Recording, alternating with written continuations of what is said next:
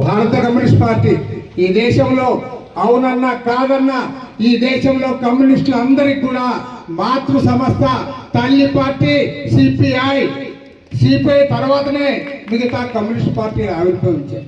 కాబట్టి వాళ్ళ తల్లి పార్టీగా మాతృ పార్టీగా సిపిఐ ఒక నైతిక ధైర్యంతో ఇవాళ పిలుపునిస్తా ఉన్నాం. ఇప్పటికే చాలా నష్టపోయాం, కమ్యూనిస్టులుగా చీలిపోయాం. ఒకప్పుడు ఇదే తెలంగాణ ప్రాంతంలో తెలంగాణ నైజాం నవాబ్కు వ్యతిరేకంగా జమీందారీ జాగీర్దారు విధానానికి వ్యతిరేకంగా భూమి కోసం ముక్తి కోసం జరిగిన పోరాటంలో 4500 మంది కమ్యూనిస్టులు రక్త తర్పణ గావించి 10 లక్షల ఎకరాల భూములు పంచిపెట్టడం జరిగింది. దున్నేవాడికి భూమి అనే నినాదం, ఆ నినాదం ఇచ్చిన పార్టీ భారత కమ్యూనిస్ట్ పార్టీ.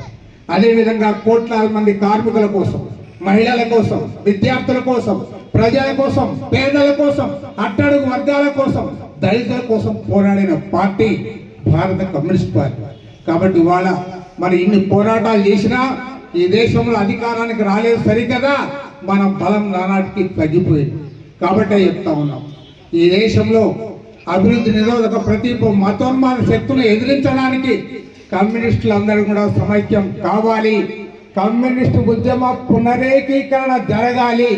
పార్టీ శతాబ్ది ఉత్సవాల సందర్భంగా ఆ పిలుపుతో ముందుకు సాగుదాం.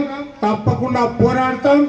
శ్రమజీవులు ఉన్నంత కాలం, ఎవరున్నా లేకపోయినా, ఎవరు అంగీకరించకపోయినా, కష్టజీవులు ఉన్నంత కాలం కార్మిక జెండా, కమ్యూనిస్టు జెండా, ఎర్ర జెండా ఉండి తీరుతుంది. ఆ దిశగా ముందుకు సాగుదామని మనవి చేస్తూ సెలవు తీసుకుంటాం.